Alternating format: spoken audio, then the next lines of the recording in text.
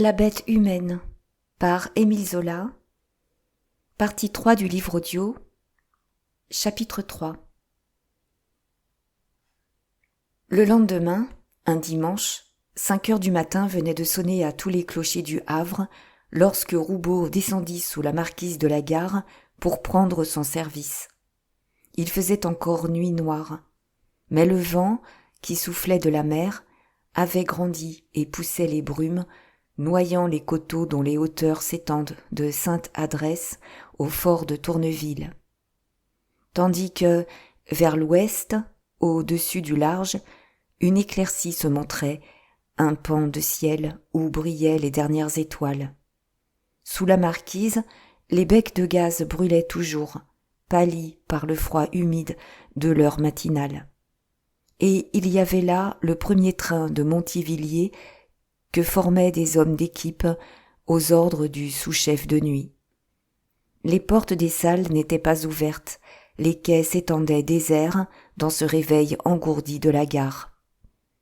Comme il sortait de chez lui, en haut, au-dessus des salles d'attente, Roubaud avait trouvé la femme du caissier, Madame Lebleu, immobile au milieu du couloir central sur lequel donnaient les logements des employés.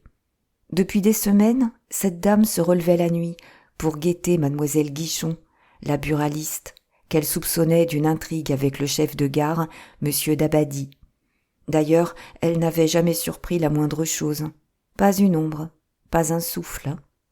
Et ce matin-là encore, elle était vite rentrée chez elle, ne rapportant que l'étonnement d'avoir aperçu, chez les Roubaud, pendant les 3 secondes mises par le mari à ouvrir et à refermer la porte, la femme debout dans la salle à manger, la belle Séverine déjà vêtue, peignée, chaussée, elle qui d'habitude traînait au lit jusqu'à 9 heures.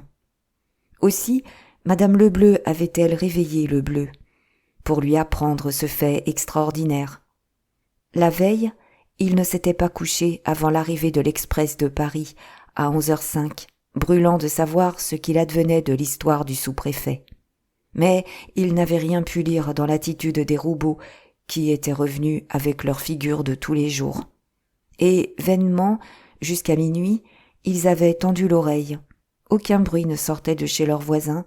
Ceux-ci devaient s'être endormis, tout de suite, d'un profond sommeil.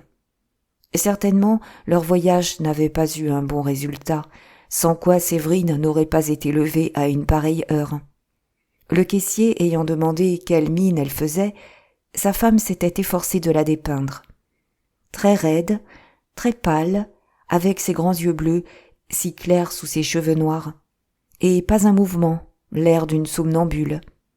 Enfin, on saurait bien à quoi s'en tenir dans la journée.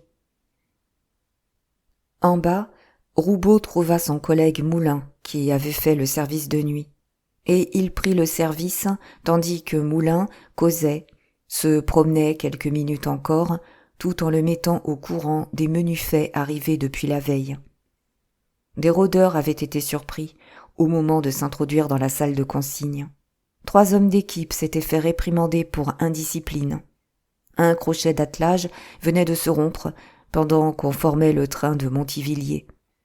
Silencieux, Roubaud écoutait, d'un visage calme, et il était seulement un peu blême, sans doute, un reste de fatigue, que ses yeux battus accusaient aussi.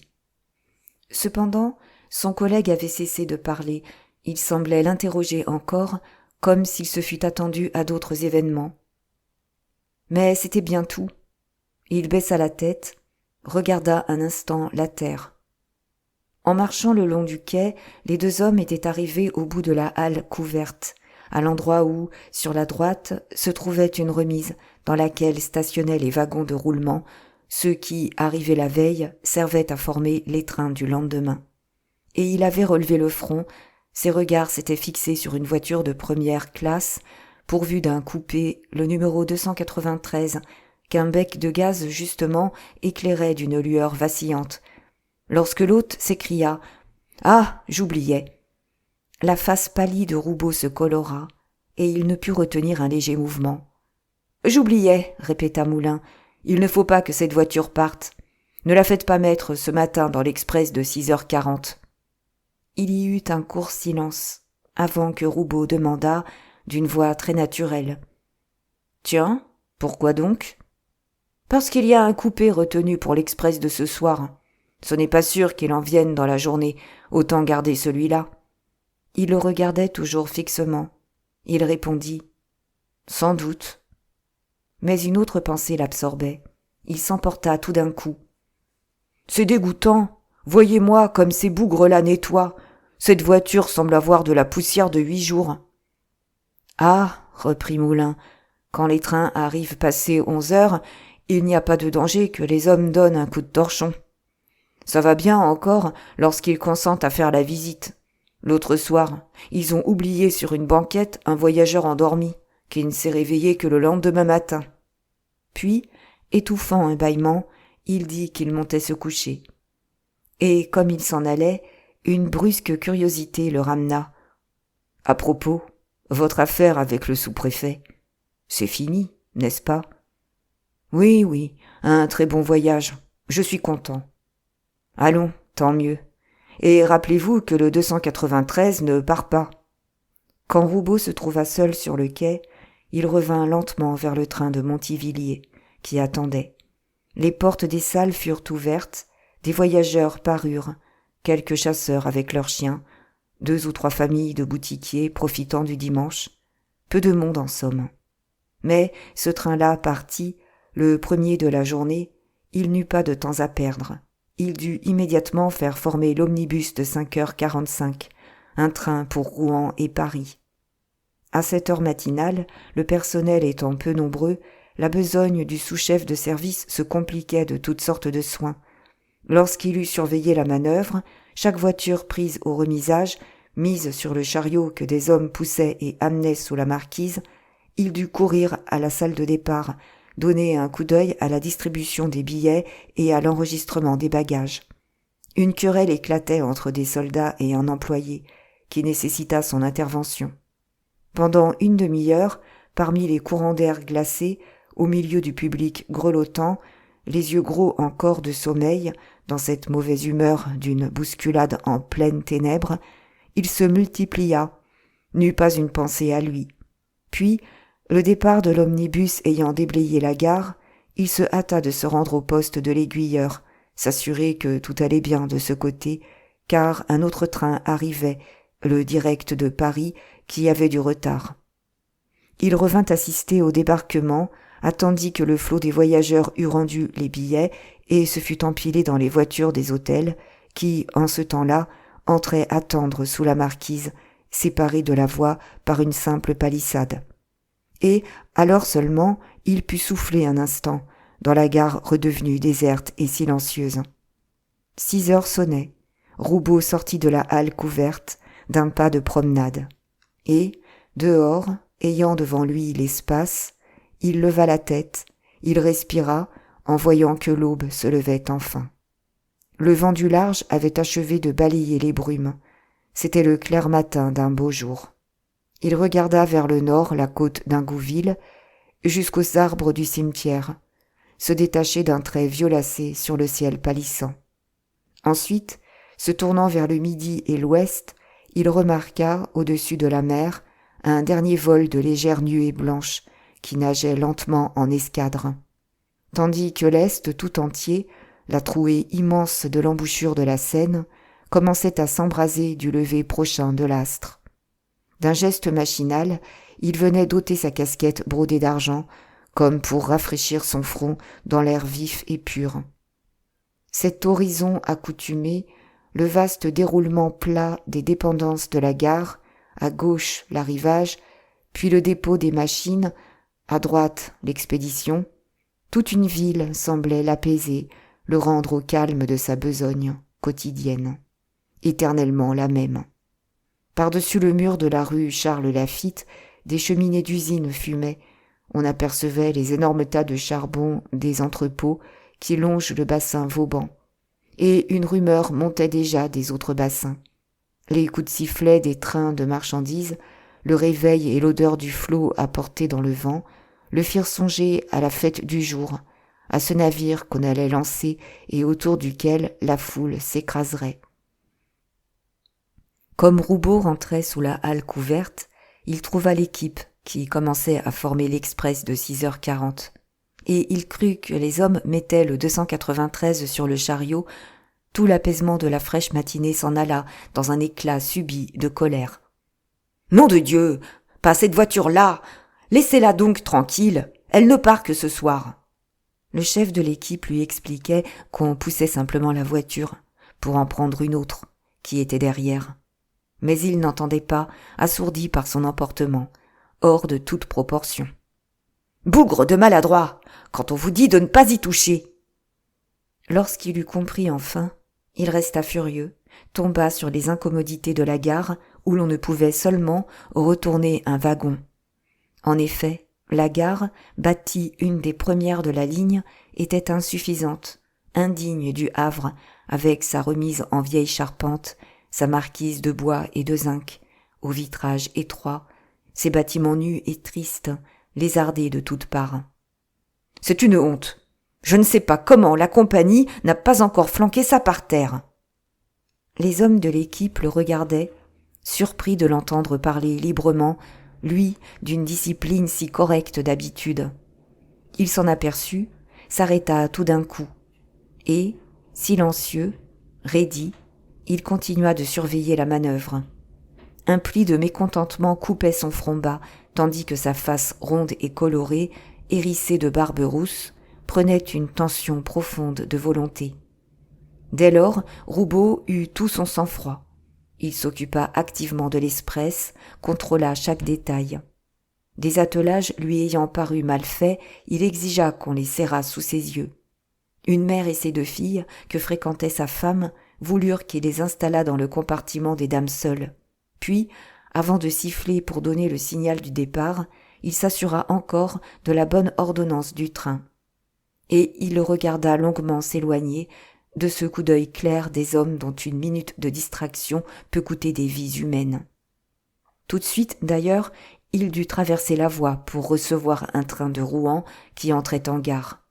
Justement, il s'y trouvait un employé des postes, avec lequel, chaque jour, il échangeait les nouvelles. C'était, dans sa matinée si occupée, un court repos, près d'un quart d'heure, pendant lequel il pouvait respirer, aucun service immédiat ne le réclamant. Et, ce matin-là, comme d'habitude, il roula une cigarette, il causa très gaiement. Le jour avait grandi, on venait d'éteindre les becs de gaz sous la marquise. Elle était si pauvrement vitrée qu'une ombre grise y régnait encore. Mais, au-delà, le vaste pan de ciel sur lequel elle ouvrait flambait déjà d'un incendie de rayons, tandis que l'horizon entier devenait rose d'une netteté vive de détails dans cet air pur d'un beau matin d'hiver. À 8h, M. Dabadie, le chef de gare, descendait d'habitude et le sous-chef allait au rapport.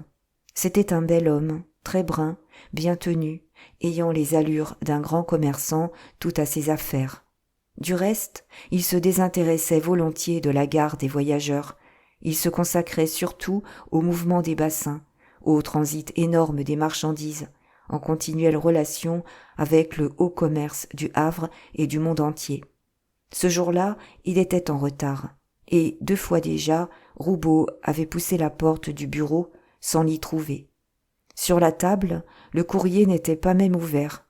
Les yeux du sous-chef venaient de tomber, parmi les lettres, sur une dépêche. Puis, comme si une fascination le retenait là, il n'avait plus quitté la porte, se retournant malgré lui, jetant vers la table de courts regards. Enfin, à 8h10, M. Dabadie parut. Roubaud, qui s'était assis, se taisait, pour lui permettre d'ouvrir la dépêche. Mais le chef ne se hâtait point, voulait se montrer aimable avec son subordonné qu'il estimait. « Et, naturellement, à Paris, tout a bien marché. »« Oui, monsieur, je vous remercie. » Il avait fini par ouvrir la dépêche, et il ne la lisait pas, il souriait toujours à l'autre, dont la voix s'était assourdie sous le violent effort qu'il faisait pour maîtriser un tic nerveux qui lui convulsait le menton. « Nous sommes très heureux de vous garder ici. »« Et moi, monsieur, je suis bien content de rester avec vous. » Alors, Comme M. Dabadi se décidait à parcourir la dépêche, Roubaud, dont une légère sueur mouillait la face, le regarda. Mais l'émotion à laquelle il s'attendait ne se produisait point.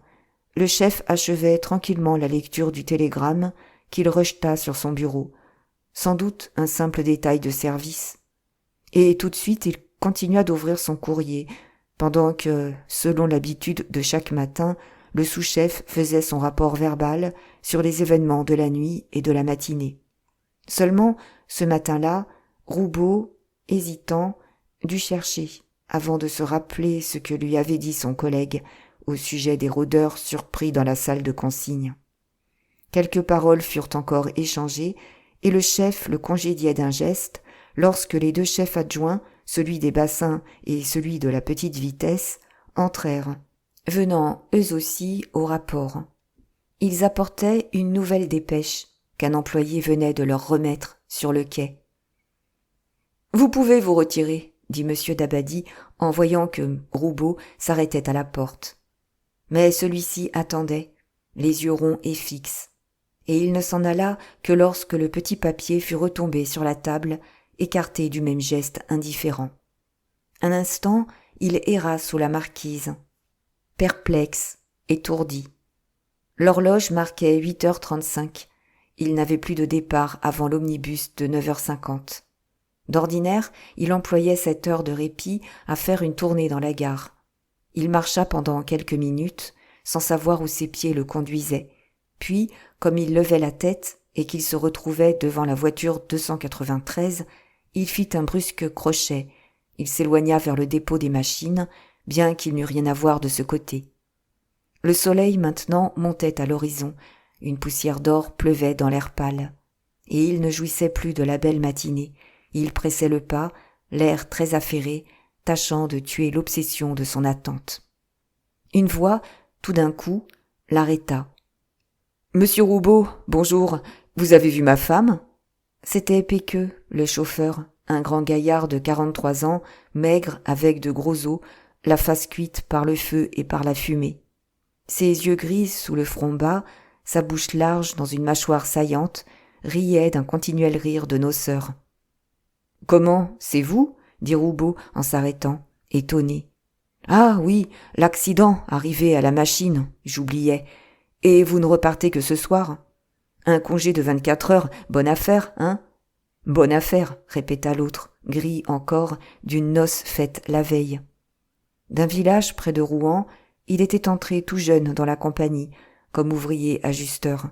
Puis, à 30 ans, s'ennuyant à l'atelier, il avait voulu être chauffeur, pour devenir mécanicien. Et c'était alors qu'il avait épousé Victoire, du même village que lui. Mais les années s'écoulaient, il restait chauffeur. Jamais maintenant il ne passerait mécanicien, sans conduite, sans bonne tenue, ivrogne, coureur de femmes. 20 fois on l'aurait congédié s'il n'avait pas eu la protection du président Grandmorin et si l'on ne s'était habitué à ses vices, qu'il rachetait par sa belle humeur et par son expérience de vieil ouvrier. Il ne devenait vraiment à craindre que lorsqu'il était ivre, car il se changeait alors en vraie brute, capable d'un mauvais coup. « Et ma femme, vous l'avez vue ?» demanda-t-il de nouveau, la bouche fendue par son large rire. « Certes, oui, nous l'avons vue, » répondit le sous-chef. « Nous avons même déjeuné dans votre chambre. Ah, une brave femme que vous avez là, Péqueux. Et vous avez bien tort de ne pas lui être fidèle. » Il rigola plus violemment. « Oh, si l'on peut dire, mais c'est elle qui veut que je m'amuse. » C'était vrai. Victoire, son aînée de 2 ans, devenue énorme et difficile à remuer, glissait des pièces de 100 sous dans ses poches afin qu'il prît du plaisir dehors. Jamais elle n'avait beaucoup souffert de ses infidélités, du continuel guilledou qu'il courait par un besoin de nature. Et maintenant l'existence était réglée. Il avait 2 femmes, une à chaque bout de la ligne. Sa femme à Paris pour les nuits qu'il y couchait, et une autre au Havre pour les heures d'attente qu'il y passait entre 2 trains. Très économe, vivant chichement elle-même, Victoire, qui savait tout et qui le traitait maternellement, répétait volontiers qu'elle ne voulait pas le laisser en affront avec l'autre, là-bas. Même, à chaque départ, elle veillait sur son linge, car il lui aurait été très sensible que l'autre l'accusât de ne pas tenir leur homme proprement. « N'importe, reprit Roubaud, ce n'est guère gentil. Ma femme, qui adore sa nourrice, veut vous gronder. » Mais il se tut, en voyant sortir d'un hangar, contre lequel il se trouvait, une grande femme sèche, Philomène Sauvagnat, la sœur du chef de dépôt, l'épouse supplémentaire que Péqueux avait au Havre. Depuis 1 an. Tous deux devaient être à causer sous le hangar lorsque lui s'était avancé pour appeler le sous-chef. Elle, encore jeune malgré ses 32 ans, haute, anguleuse, la poitrine plate, la chair brûlée de continuel désir, avait la tête longue, aux yeux flambants, d'une cavale maigre et hennissante. On l'accusait de boire. Tous les hommes de la gare avaient défilé chez elle, dans la petite maison que son frère occupait près du dépôt des machines, et qu'elle tenait fort salement. Ce frère, auvergnat, têtu, très sévère sur la discipline, très estimé de ses chefs, avait eu les plus gros ennuis à son sujet, jusqu'au point d'être menacé de renvoi, et si maintenant on la tolérait à cause de lui, il ne s'obstinait lui-même à la garder que par esprit de famille, ce qui ne l'empêchait pas, lorsqu'il la surprenait avec un homme, de la rouer de coups, si rudement qu'il la laissait sur le carreau, morte. Il y avait eu, entre elle et Péqueux, une vraie rencontre. Elle, assouvie enfin, au bras de ce grand diable rigoleur, lui, changé de sa femme trop grasse, heureux de celle-ci, trop maigre, répétant par farce qu'il n'avait plus besoin de chercher ailleurs. Et Séverine seule, qui croyait devoir cela à Victoire, s'était brouillée avec Philomène, qu'elle évitait déjà le plus possible par une fierté de nature et qu'elle avait cessé de saluer. « Eh bien, dit Philomène insolemment, à tout à l'heure, Péqueux. Je m'en vas, puisque monsieur Roubaud a de la morale à te faire de la part de sa femme. » Lui, bon garçon, riait toujours. « Reste donc, il plaisante. »« Non, non, faut que j'aille porter 2 œufs de mes poules que j'ai promis à madame Lebleu. » Elle avait lancé ce nom exprès, connaissant la rivalité sourde entre la femme du caissier et la femme du sous-chef, affectant d'être au mieux avec la première pour faire enrager l'autre. Mais elle resta pourtant, tout d'un coup intéressée, lorsqu'elle entendit le chauffeur demander des nouvelles de l'affaire du sous-préfet.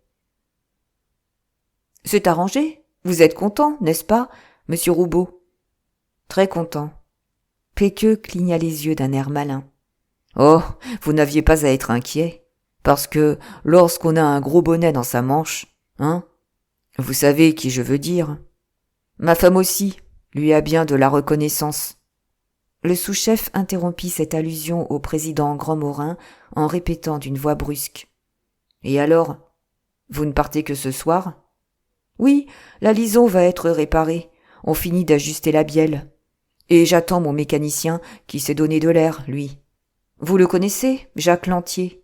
Il est de votre pays. » Un instant, Roubaud resta sans répondre, absent, l'esprit perdu. Puis, avec un sursaut de réveil, « Hein ? Jacques Lantier, le mécanicien ? Certainement, je le connais. Oh, vous savez, bonjour, bonsoir. Hein. C'est ici que nous nous sommes rencontrés. Car il est mon cadet, et je ne l'avais jamais vu, là-bas, à Plassans. L'automne dernier, il a rendu un petit service à ma femme, une commission qu'il a faite pour elle, chez des cousines, à Dieppe. Un garçon capable, à ce qu'on dit. Il parlait au hasard, d'abondance. Soudain, il s'éloigna. « Au revoir, Péqueux. J'ai à donner un coup d'œil de ce côté. » Alors, seulement, Philomène s'en alla, de son pas allongé de cavale, tandis que Péqueux, immobile, les mains dans les poches, riant d'aise à la fainéantise de cette gaie matinée, s'étonnait que le sous-chef, après s'être contenté de faire le tour du hangar, s'en retournait rapidement. Ce n'était pas long à donner, son coup d'œil. Qu'est-ce qu'il pouvait bien être venu moucharder ? Comme Roubaud rentrait sous la marquise, 9 heures allaient sonner. Il marcha jusqu'au fond, près des messageries, regarda, sans paraître trouver ce qu'il cherchait. Puis il revint, du même pas d'impatience. Successivement, il interrogea des yeux les bureaux des différents services. À cette heure, la gare était calme, déserte, et il s'y agitait seul, l'air de plus en plus énervé de cette paix, dans ce tourment de l'homme, menacé d'une catastrophe, qui finit par souhaiter ardemment qu'elle éclate. Son sang-froid était à bout, il ne pouvait tenir en place. Maintenant, ses yeux ne quittaient plus l'horloge. 9 heures, 9h05. D'ordinaire, il ne remontait chez lui qu'à 10 heures, après le départ du train de 9h50, pour déjeuner. Et tout d'un coup, il remonta à la pensée de Séverine, qui, elle aussi, là-haut, devait attendre. Dans le couloir, à cette minute précise, Madame Lebleu ouvrait à Philomène, venue en voisine, décoiffée et tenant 2 œufs. Elles restèrent. Il fallut bien que Roubaud rentrât chez lui, sous leurs yeux braqués. Il avait sa clé, il se hâta. Tout de même, dans le va-et-vient rapide de la porte, elles aperçurent Séverine, assise sur une chaise de la salle à manger, les mains oisives, le profil pâle, immobile. Et attirant Philomène, s'enfermant à son tour, Madame Lebleu raconta qu'elle l'avait déjà vue de la sorte, le matin. Sans doute l'histoire du sous-préfet qui tournait mal. Mais non, Philomène expliqua qu'elle accourait parce qu'elle avait des nouvelles. Et elle répéta ce qu'elle venait d'entendre dire au sous-chef lui-même. Alors les deux femmes se perdirent en conjectures. C'était ainsi, à chacune de leurs rencontres, des commérages sans fin. « On leur a lavé la tête, ma petite, j'en mettrai ma main au feu. Pour sûr, ils branlent dans le manche. » « Ah, ma bonne dame, si l'on pouvait donc nous en débarrasser. » La rivalité, de plus en plus envenimée entre les Lebleu et les Roubaud, était simplement née d'une question de logement. Tout le premier étage, au-dessus des salles d'attente, servait à loger les employés, et le couloir central, un vrai couloir d'hôtel, peint en jaune, éclairé par le haut, séparait l'étage en deux, alignant les portes brunes à droite et à gauche. Seulement, les logements de droite avaient des fenêtres qui donnaient sur la cour du départ, plantées de vieux ormes, par-dessus lesquels se déroulait l'admirable vue de la côte d'Ingouville, tandis que les logements de gauche, aux fenêtres cintrées, écrasées, s'ouvraient directement sur la marquise de la gare, dont la pente haute, le faîtage de zinc et de vitres sales barrait l'horizon. Rien n'était plus gai que les uns, avec la continuelle animation de la cour, la verdure des arbres, la vaste campagne.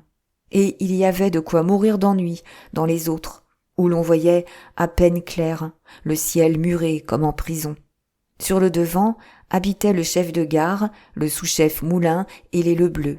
Sur le derrière, les Roubaud ainsi que la buraliste, mademoiselle Guichon, sans compter 3 pièces, qui étaient réservées aux inspecteurs de passage. Or, il était notoire que les 2 sous-chefs avaient toujours logé côte à côte. Si les Lebleu étaient là, cela venait d'une complaisance de l'ancien sous-chef, remplacé par Roubaud, qui, veuf, sans enfant, avait voulu être agréable à madame Lebleu en lui cédant son logement. Mais est-ce que ce logement n'aurait pas dû faire retour aux Roubaud ? Est-ce que cela était juste de les reléguer sur le derrière quand ils avaient le droit d'être sur le devant ?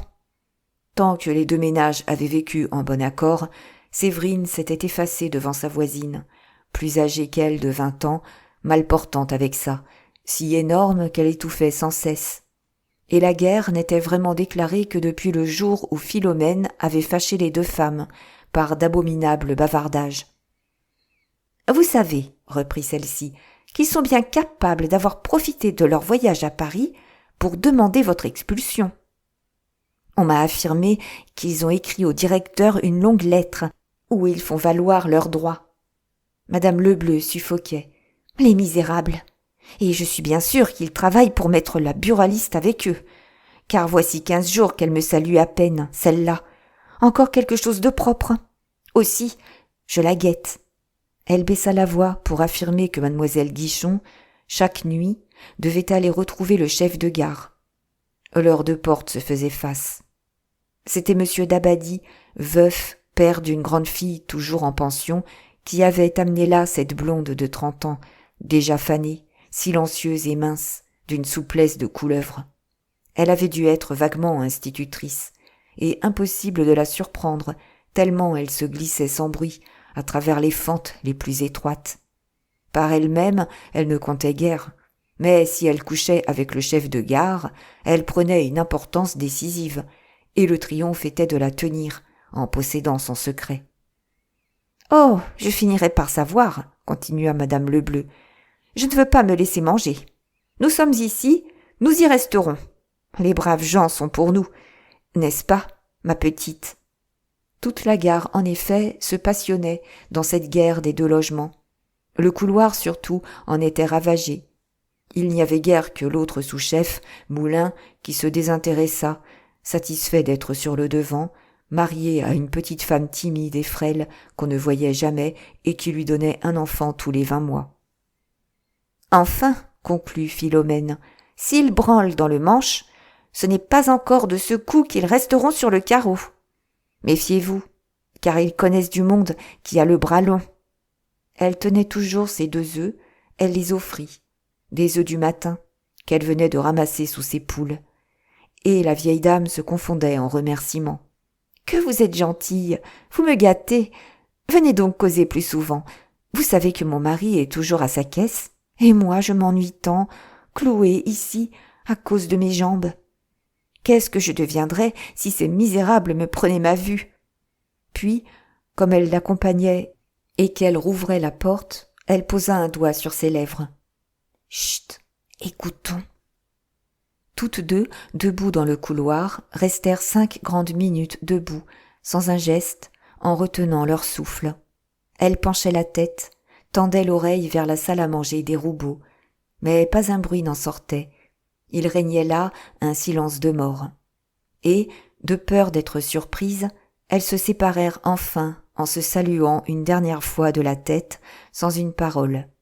L'une s'en alla sur la pointe des pieds, l'autre referma sa porte si doucement qu'on n'entendit pas le pêne glisser dans la gâche. À 9h20, Roubaud était de nouveau en bas, sous la marquise. Il surveillait la formation de l'omnibus de 9h50, et, malgré l'effort de sa volonté, il gesticulait davantage, il piétinait, tournait sans cesse la tête pour inspecter le quai du regard d'un bout à l'autre. Rien n'arrivait, ses mains en tremblaient.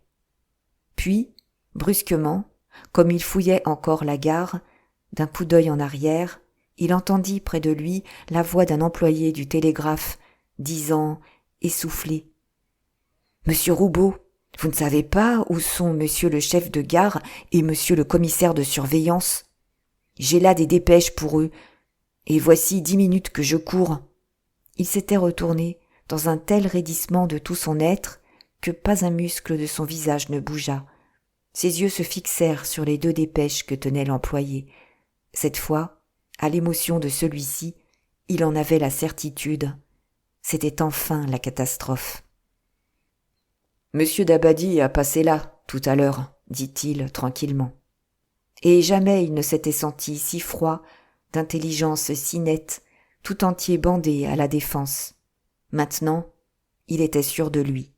« Tenez, reprit-il, le voici qui arrive, monsieur Dabadie. » En effet, le chef de gare revenait de la petite vitesse. Dès qu'il eut parcouru la dépêche, il s'exclama: « Il y a eu un assassinat sur la ligne. C'est l'inspecteur de Rouen qui me télégraphie. »« Comment ?» demanda Roubaud. « Un assassinat parmi notre personnel ? » ?»« Non, non, sur un voyageur, dans un coupé. Le corps a été jeté, presque au sortir du tunnel de Malonnet, au poteau 153. Et la victime est un de nos administrateurs, le président Grandmorin. » À son tour, le sous-chef s'exclamait: « Le président ? Ah, ma pauvre femme va-t-elle être chagrine ?» Le cri était si juste, si apitoyé, que M. Dabadie s'y arrêta un instant. « C'est vrai, vous le connaissiez, un si brave homme, n'est-ce pas ?» Puis, revenant à l'autre télégramme, adressé au commissaire de surveillance: « Ce doit être du juge d'instruction sans doute pour quelque formalité. Et il n'est que 9h25. Monsieur Coche n'est pas encore là, naturellement. Qu'on aille vite au café du commerce sur le cours Napoléon, on l'y trouvera à coup sûr. » 5 minutes plus tard, M. Coche arrivait, ramené par un homme d'équipe. Ancien officier, considérant son emploi comme une retraite, il ne paraissait jamais à la gare avant 10 heures, y flânait un moment et retournait au café. Ce drame, tombé entre deux parties de piquet, l'avait d'abord étonné, car les affaires qui passaient par ses mains étaient d'ordinaire peu graves. Mais la dépêche venait bien du juge d'instruction de Rouen, et, si elle arrivait 12 heures après la découverte du cadavre, c'était que ce juge avait d'abord télégraphié à Paris, au chef de gare, pour savoir dans quelles conditions la victime était partie. Puis, renseigné sur le numéro du train et sur celui de la voiture, il avait alors seulement envoyé au commissaire de surveillance l'ordre de visiter le coupé qui se trouvait dans la voiture 293, si cette voiture était encore au Havre. Tout de suite, la mauvaise humeur que M. Coche montrait, d'avoir été dérangé inutilement sans doute, disparut et fit place à une attitude d'extrême importance, proportionnée à la gravité exceptionnelle que prenait l'affaire. « Mais, s'écria-t-il, subitement inquiet, avec la peur de voir l'enquête lui échapper, la voiture ne doit plus être ici, elle a dû repartir ce matin. » Ce fut Roubaud qui le rassura de son air calme. « Non, non, faites excuse. Il y avait un coupé retenu pour ce soir. La voiture est là, sous la remise. » Et il marcha le premier, le commissaire et le chef de gare le suivirent. Cependant, la nouvelle devait se répandre, car les hommes d'équipe, sournoisement, quittaient la besogne, suivaient eux aussi, tandis que, sur les portes des divers services, des employés se montraient, finissaient par s'approcher, un à un. Bientôt, il y eut là un rassemblement. Comme on arrivait devant la voiture, M. Dabadie fit tout haut une réflexion. Pourtant, hier soir, la visite a eu lieu. S'il était resté des traces, on les aurait signalées au rapport. Nous allons bien voir, dit M. Coche. Il ouvrit la portière, il monta dans le coupé, et, à l'instant même, il se récria, s'oubliant, jurant. « Ah, nom de Dieu! On dirait qu'on a saigné un cochon !» Un petit souffle d'épouvante courut parmi les assistants, des têtes s'allongèrent, et M. Dabadie, un des premiers, voulut voir, se haussa sur le marchepied, pendant que, derrière lui, Roubaud, pour faire comme les autres, tendait aussi le cou. À l'intérieur, le coupé ne montrait aucun désordre. Les glaces étaient restées fermées, tout semblait en place. Seulement, une odeur affreuse s'échappait de la portière ouverte, et là, au milieu d'un des coussins, une mare de sang noir s'était coagulée, une mare si profonde, si large, qu'un ruisseau en avait jailli comme d'une source, s'épanchant sur le tapis. Des caillots demeuraient accrochés au drap, et rien autre, rien que ce sang nauséabond. M. Dabadie s'emporta. « Où sont les hommes qui ont fait la visite, hier soir ? Qu'on me les amène !» Ils étaient justement là, ils s'avancèrent, balbutièrent des excuses. La nuit, est-ce qu'on pouvait se rendre compte ? Et, cependant, ils passaient bien leurs mains partout. La veille, ils juraient n'avoir rien senti. Cependant, M. Coche, resté debout dans le wagon, prenait des notes au crayon pour son rapport. Il appela Roubaud, qu'il fréquentait volontiers, tous deux fumant des cigarettes, le long du quai aux heures de flâne. « Monsieur Roubaud, montez donc, vous m'aiderez. » Et, quand le sous-chef eut enjambé le sang du tapis, pour ne pas marcher dedans, « Regardez sous l'autre coussin, voir si rien n'y a glissé. » Il souleva le coussin, il chercha, les mains prudentes, les regards simplement curieux. Il n'y a rien.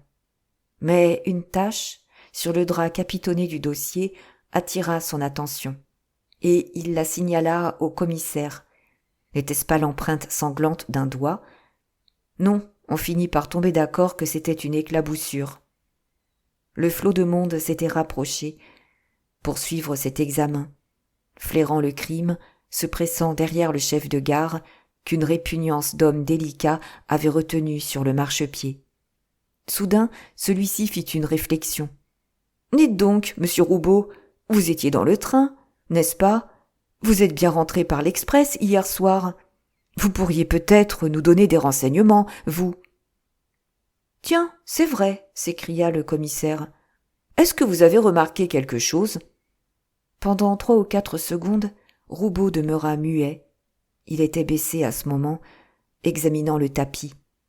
Mais il se releva presque tout de suite, en répondant de sa voix naturelle, un peu grosse. Certainement, certainement. Je vais vous dire. Ma femme était avec moi.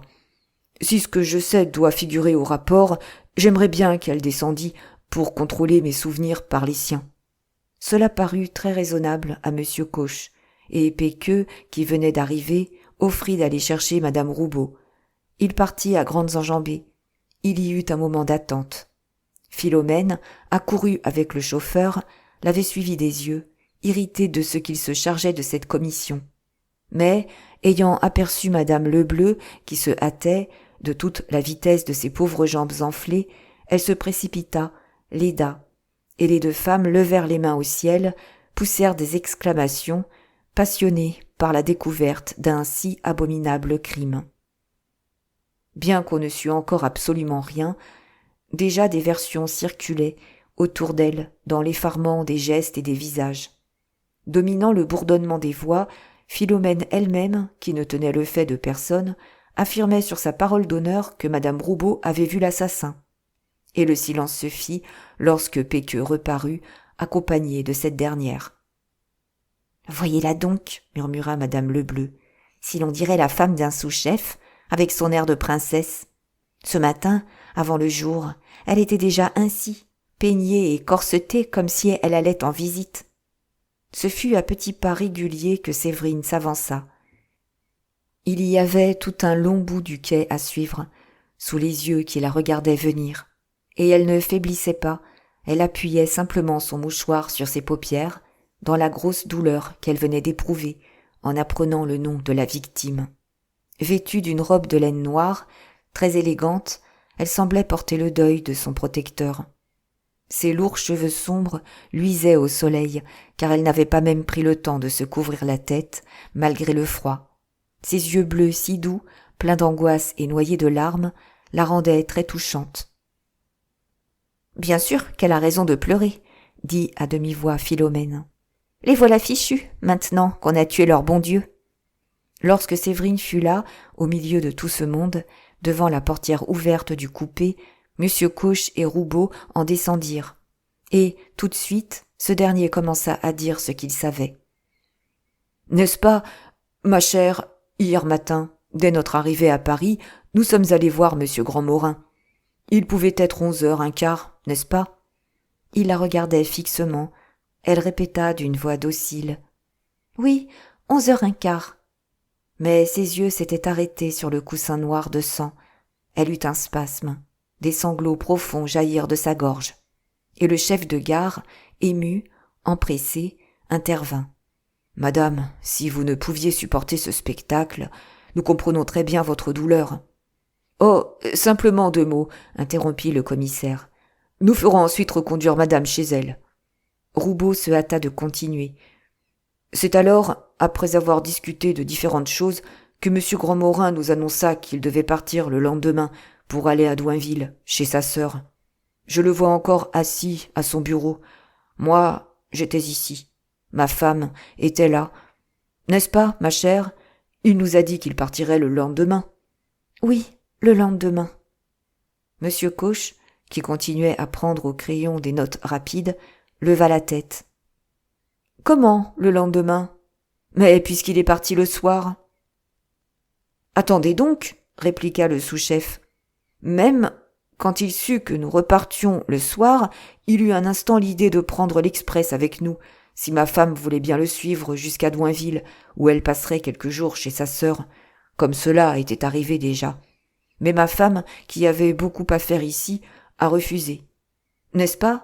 Tu as refusé. »« J'ai refusé, oui. » Et voilà. Il a été très gentil. Il s'était occupé de moi. Il nous a accompagnés jusqu'à la porte de son cabinet. N'est-ce pas, ma chère? Oui, jusqu'à la porte. Le soir, nous sommes partis. Avant de nous installer dans notre compartiment, j'ai causé avec monsieur Vandorp, le chef de gare. et je n'ai rien vu du tout. J'étais très ennuyé, parce que je nous croyais seuls, et qu'il y avait, dans un coin, une dame que je n'avais pas remarquée. D'autant plus que 2 autres personnes, un ménage, sont encore montées au dernier moment. Jusqu'à Rouen, non plus, rien de particulier, je n'ai rien vu. Aussi, à Rouen, comme nous étions descendus pour nous dégourdir les jambes, quelle n'a pas été notre surprise d'apercevoir, à 3 ou 4 voitures de la nôtre, monsieur Grandmorin, debout à la portière d'un coupé. « Comment, monsieur le président, vous êtes parti ? Ah bien, nous ne nous doutions guère de voyager avec vous. » Et il nous a expliqué qu'il avait reçu une dépêche. On a sifflé, nous sommes remontés vite dans notre compartiment où, par parenthèse, nous n'avons retrouvé personne. Tous nos compagnons de route s'étant arrêtés à Rouen, ce qui ne nous a pas fait de peine. Et voilà, c'est bien tout, ma chère, n'est-ce pas ? Oui, c'est bien tout. Ce récit, si simple qu'il fût, avait fortement impressionné l'auditoire. Tous attendaient de comprendre, la face béante. Le commissaire, cessant d'écrire, exprima la surprise générale en demandant « Et vous êtes sûr qu'il n'y avait personne dans le coupé avec monsieur Grandmorin ?»« Oh, ça, absolument sûr. » Un frémissement courut. Ce mystère qui se posait soufflait de la peur, un petit froid que chacun sentit passer sur sa nuque. Si le voyageur était seul, par qui avait-il pu être assassiné et jeté du coupé, à 3 lieues de là, avant un nouvel arrêt du train ? Dans le silence, on entendit la voix mauvaise de Philomène. « C'est drôle tout de même. » En se sentant dévisagé, Roubaud la regarda avec un hochement du menton, comme pour dire qu'il trouvait ça drôle, lui aussi. Près d'elle, il aperçut Péqueux et madame Lebleu, qui hochaient également la tête. Les yeux de tous s'étaient tournés de son côté. On attendait autre chose. On cherchait sur sa personne un détail oublié qui éclaircirait l'affaire. Il n'y avait aucune accusation dans ses regards ardemment curieux, et il croyait pourtant voir poindre le soupçon vague, ce doute que le plus petit fait, parfois, change en certitude. « Extraordinaire !» murmura M. Coche. « Tout à fait extraordinaire !» répéta M. Dabadie. Alors Roubaud se décida. « Ce dont je suis encore bien sûr, c'est que l'express qui va d'un trait de Rouen à Barentin a marché à sa vitesse réglementaire, sans que j'aie remarqué rien d'anormal. Je le dis parce que, justement, nous trouvant seuls, j'avais baissé la glace pour fumer une cigarette, et je jetais des coups d'œil au dehors. Je me rendais parfaitement compte de tous les bruits du train. Même à Barentin, ayant reconnu sur le quai M. Bessières, le chef de gare, mon successeur, je l'ai appelé, et nous avons échangé 3 paroles, tandis que, monté sur le marchepied, il me serrait la main. N'est-ce pas, ma chère ? On peut l'interroger. M. Bessières le dira. Séverine, toujours immobile et pâle, son fin visage noyé de chagrin, confirma une fois de plus la déclaration de son mari. Il le dira, oui. Dès ce moment, toute accusation devenait impossible. Si les Roubaud, remontés à Rouen, dans leur compartiment, y avaient été salués à Barentin par un ami. L'ombre de soupçon que le sous-chef croyait avoir vu passer dans les yeux s'en était allée, et l'étonnement de chacun grandissait. L'affaire prenait une tournure de plus en plus mystérieuse. « Voyons, dit le commissaire, êtes-vous bien certain que personne, à Rouen, n'a pu monter dans le coupé après que vous ayez eu quitté M. Grandmorin ?» Évidemment, Roubaud n'avait pas prévu cette question, car, pour la première fois, il se troubla, n'ayant sans doute plus la réponse préparée d'avance. Il regarda sa femme, hésitant. « Oh, non, je ne crois pas. On fermait les portières, on sifflait. Nous avons eu bien juste le temps de regagner notre voiture. Et puis, le coupé était réservé. Personne ne pouvait monter, il me semble. » Mais les yeux bleus de sa femme s'élargissaient, devenaient si grands qu'il s'effraya d'être affirmatif. « Après tout, je ne sais pas. Oui, peut-être, quelqu'un a pu monter. Il y avait une vraie bousculade. » Et, à mesure qu'il parlait, sa voix se refaisait nette. Toute cette histoire nouvelle naissait, s'affirmait. Vous savez, à cause des fêtes du Havre, la foule était énorme. Nous avons été obligés de défendre notre compartiment contre des voyageurs de 2e et même de 3e classe. Avec ça, la gare est très mal éclairée. On ne voyait rien. On se poussait, on criait, dans la cohue du départ. Ma foi, oui, il est très possible que, ne sachant comment se caser, ou même profitant de l'encombrement, quelqu'un se soit introduit de force dans le coupé, à la dernière seconde. Et, s'interrompant, « Hein, ma chère ?» C'est ce qui a dû arriver. Séverine, l'air brisé, son mouchoir sur ses yeux meurtris, répéta « C'est ce qui est arrivé, certainement. » Dès lors, la piste était donnée, et, sans se prononcer, le commissaire de surveillance et le chef de gare échangèrent un regard d'un air entendu. Un long mouvement avait agité la foule, qui sentait que l'enquête était finie et qu'un besoin de commentaires tourmentait. Tout de suite, des suppositions circulèrent. Chacun avait une histoire. Depuis un instant, le service de la gare se trouvait comme suspendu. Le personnel entier était là, obsédé par ce drame. Et ce fut une surprise que de voir entrer sous la marquise le train de 9h38. On courut, les portières s'ouvrirent, le flot des voyageurs s'écoula. Presque tous les curieux, d'ailleurs, étaient restés autour du commissaire, qui, par un scrupule d'homme méthodique, visitait une dernière fois le coupé ensanglanté. Péqueux, gesticulant entre madame Lebleu et Philomène, aperçut à ce moment son mécanicien, Jacques Lantier, qui venait de descendre du train et qui, immobile, regardait de loin le rassemblement. Il l'appela violemment de la main. Jacques ne bougeait pas. Enfin, il se décida, d'une marche lente. « Quoi donc ?» demanda-t-il à son chauffeur. Il savait bien. Il n'écouta que d'une oreille distraite la nouvelle de l'assassinat et les suppositions que l'on faisait. Ce qui le surprenait, le remuait étrangement, c'était de tomber au milieu de cette enquête, de retrouver ce coupé, entrevu dans les ténèbres, lancé à toute vitesse.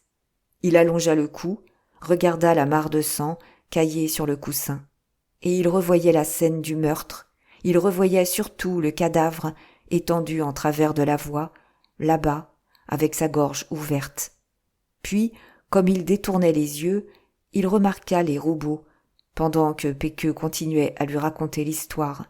De quelle façon ces derniers étaient mêlés à l'affaire, leur départ de Paris dans le même train que la victime, les dernières paroles qu'ils avaient échangées ensemble à Rouen. L'homme, il le connaissait, pour lui serrer la main, parfois, depuis qu'il faisait le service de l'Express. La femme, il l'avait entrevue de loin en loin. Il s'était écarté d'elle, comme des autres, dans sa peur maladive. Mais, à cette minute, ainsi pleurante et pâle, avec la douceur effarée de ses yeux bleus sous l'écrasement noir de sa chevelure, elle le frappa. Il ne la quittait plus du regard, et il eut une absence. Il se demanda, étourdi, pourquoi les Roubaud et lui étaient là, comment les faits avaient pu les réunir devant cette voiture du crime, eux de retour de Paris la veille, lui revenu de Barentin à l'instant même. « Oh, je sais, dit-il tout haut, interrompant le chauffeur.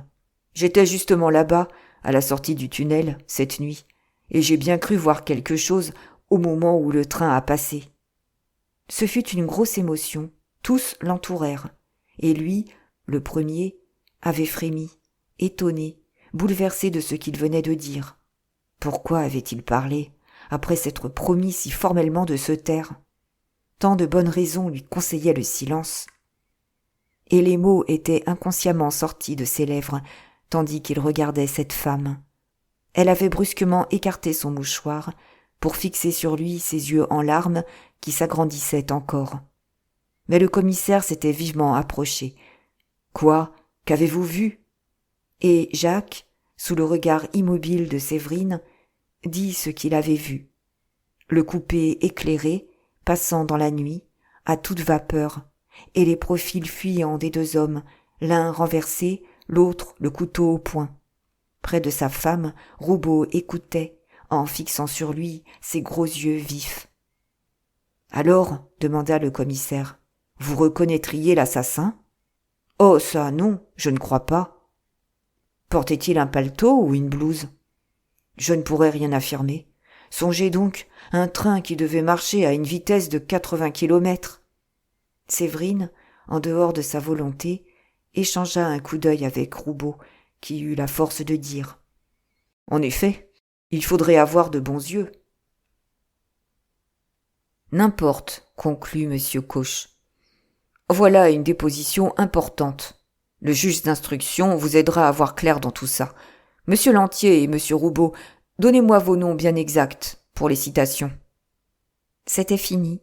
Le groupe des curieux se dissipa peu à peu. Le service de la gare reprit son activité. Roubaud surtout dut courir s'occuper de l'omnibus de 9h50, dans lequel des voyageurs montaient déjà.